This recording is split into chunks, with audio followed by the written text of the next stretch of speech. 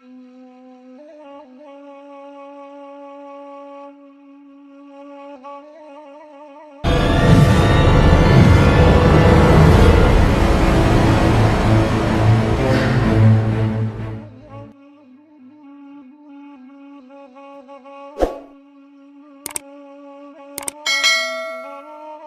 ada rumah orang tuanya, bahwa dia orang Minang, diberi azas pemanfaatan. Makasih Pak. Ya. Terima kasih Pak Fahmi, contoh konkret ya. Yes. Baik, kami persilakan Prof. Emil berurutan aja seperti tadi. Silakan Prof. Emil kalau masih ada sama kita. Jadi pertama kita membicarakan mengenai masalah Minang. Minang itu punya akar adat, punya akar budaya,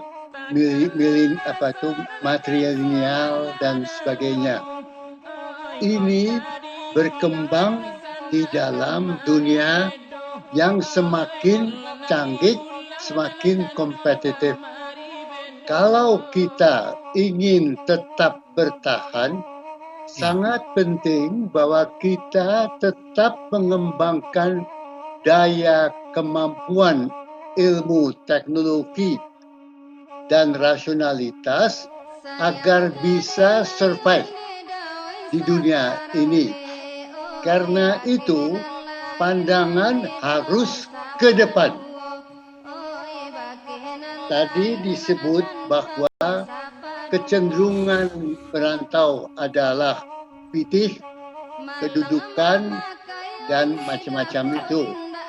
Dalam kaitan itu, memang ada sebagai motivasi, tetapi di dalam masa ke depan, di mana kekuasaan dan pitih sangat ditentukan oleh otak, teknologi, dan ilmu, maka disada pandangan kita di dalam mengembangkan perantauan dan Minangkabau ini, lihat ke depan. Maka pikiran untuk berpegang pada pada yang lampau mungkin tidak sesuai dengan semangat milenial yang menghadapi masa depan yang challenging berbeda. Karena itu, secara ikhtisar, satu, kita perlu mengembangkan semangat keminangan Minangkabau yang berciri pada pemahaman adat, kedudukan matrilineal, kemudian pemegangan pada agama, dan kolegialitas kesukuan harus kita pertahankan sambil mengembangkan rasionalitas, teknologi, ilmu pengetahuan untuk bisa bertahan di masa depan. Dalam kaitan itu kerjasama, melihat ke depan antar kita, tidak hanya antar kita di Indonesia, tapi di dunia sangat penting. Maka hubungan digital masyarakat menjadi sangat perlu. Dengan demikian, ciri-ciri Minang tetapi tetap survive di dalam dunia yang kian kompetitif dan berubah. Terima kasih. Baik, terima kasih Pak Amir. Pak Muhtar dan kemudian bersiap-siap Profesor Mutia. Silakan Pak Muhtar. Baik. Jadi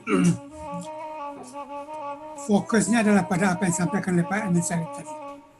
Itu intinya. Tapi lalu bagaimana caranya? Saya melihat tidak bisa separuh-separuh. Mesti secara menyeluruh, bulat dia. Untuk itulah maka kami sejak beberapa tahun kemarin ini selalu mengusulkan agar Provinsi Sumatera Barat ditingkatkan menjadi Provinsi Minangkabau, atau yang sama ini kita juga dengan Provinsi Daerah Istimewa Minangkabau. Kalau ada yang merasa risih dengan kata istimewa, oke lah, kita langsung aja dengan Provinsi Minangkabau. Jadi kita kembali kepada inti hakikat permasalahan kita. Intinya itu adalah pada ABSSBK tadi itu. Dan ini juga diuraikan oleh Pak Emil Salim sendiri. Oleh karena itu, sekali lagi, walaupun ada di antara kita yang kurang setuju dengan adanya GIM itu, silakan tidak setuju. Tapi yang perlu disetujui adalah persatuan sesama kita semua dalam konteks budaya Minangkabau. Oleh karena itu, kita mulai dengan menciptakan Provinsi Minangkabau. Baik. Tentu untuk memperkuatnya lagi, kita ciptakan pula apa yang diterangkan oleh berbagai kawan-kawan tadi, yaitu Pusat Studi Minangkabau yang berpusat di universitas-universitas yang ada di Sumatera Barat. Terima kasih. Baik, terima kasih Pak Muhtar. Ibu Profesor Mutia Hatta, kami persilakan. Bersiap-siap Prof. Gusti Hasan. Terima kasih. Merantau itu tetap berjalan harus dengan mempertahankan ciri-ciri budaya Minangkabau yang penuh dengan kebersamaan, hal-hal yang baik lainnya, tapi juga anak milenial harus menjadi anak-anak yang membangun bangsa. Jadi bukan saja membangun kesejahteraan dan kemajuan orang Minang, tetapi juga membangun kesejahteraan bangsa kita di seluruh daerah dimanapun mereka berada sebagai perantau. Terima kasih. Terima kasih Prof. Mutia. Lanjut Profesor Gusti Hasnan. Terima kasih. Siap-siap Dr. Hasanuddin. Saya ingin mengulangi lagi bahwa sesungguhnya merantau itu adalah persoalan yang kontemporer.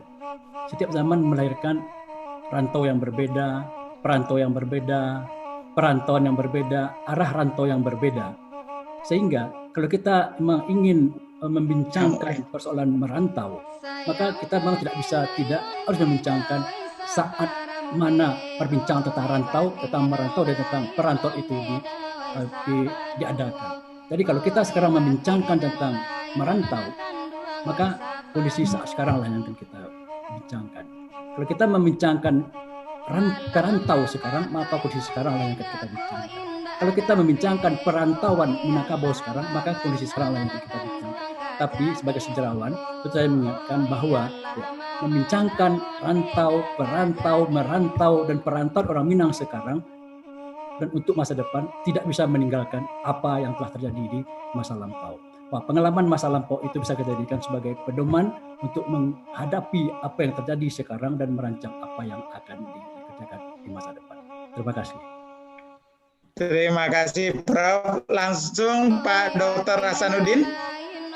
Bersiap-siap Pak Asril.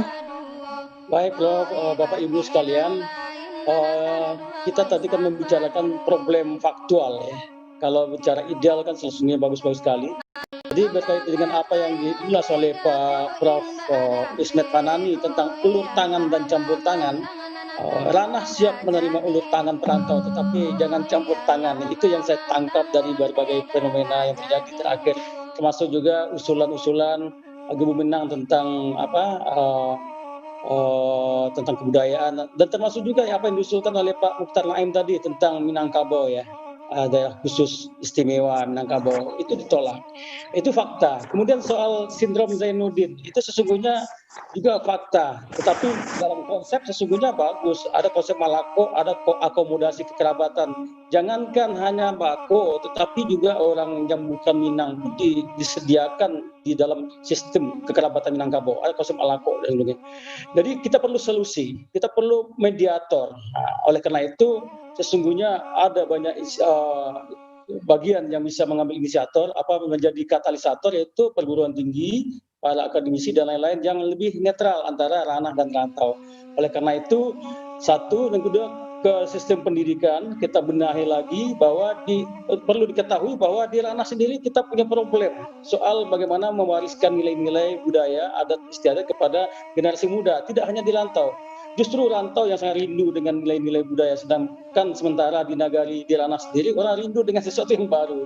Oleh karena itu kembali ke dunia pendidikan kita benahi, kemudian kembali ke negara yang seperti diusulkan oleh tadi, bahwa sistem bernegara sesungguhnya itu kan sistem negara Indonesia yang awal, bahwa kekuasaan itu ada di tangan kerapatan penghulu, itu MPR-nya, penghulu adalah wakil anak ponakan, wakil rakyat, itu kan sistem permusyawaratan perwakilan, yang sekarang juga sudah tercemar dengan sistem voting, sistem one man one vote dan sebagainya.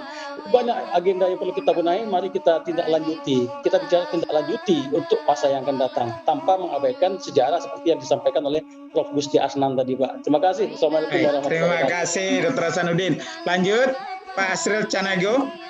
Siap-siap nanti Bu Zizi.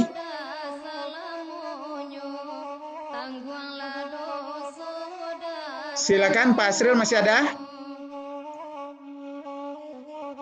Halo, Pak Asril. Kalau tidak, kita lanjut dulu ke Bu Zizi. Silakan Bu Fauziah. Masih Pak Pasli. Ya, silakan. Ya. Jadi begini, saya ingin menjawab singkat saja. Sebenarnya dari awal tadi saya ingin bicara fenomena yang disampaikan oleh Profesor Ismet tentang Zainuddin Syndrome. Hanya saja kita belum punya kesepakatan. Jadi apa yang digagas Pak Irman, mungkin kita akan mengadakan seminar besar Minangkabau nanti ya. Tapi saya sebenarnya sudah menulis, sudah mencari suatu formulasi siapa yang disebut orang Minang gitu. Saya pernah ditanya oleh Ibu Alida Hatta, ini adiknya Bu Mutia. Bu Mutia mungkin pernah mengajukan pertanyaan yang sama. Apakah saya ini orang Minang? Sebenarnya sudah ada rumusan waktu seminar adat Minangkabau tahun 70 di Batu Sangkar. Waktu itu Bung Hatta dalam makalah beliau mengatakan siapakah yang disebut orang Minang. Menurut Bung Hatta, orang Minang itu adalah orang yang berdarah keturunan Minang. Jadi tidak ada dibedakan apakah dari wanita atau dari laki-laki. Orang yang berdarah keturunan Minang dan menghadap kiblat. Itu bahasa Bung Hatta. Artinya orang berdarah keturunan Minang dan beragama Islam. Nah, kedua, bagaimana orang Malako? Saya juga berdiskusi dengan Pak Taufik Abdullah, siapa yang disebut orang Minang. Akhirnya saya dapatkan formulasi dari Bung Hatta dan Pak Taufik. Orang menjadi orang Minang, pertama karena keturunan Minang. Yang kedua, karena bertali darah.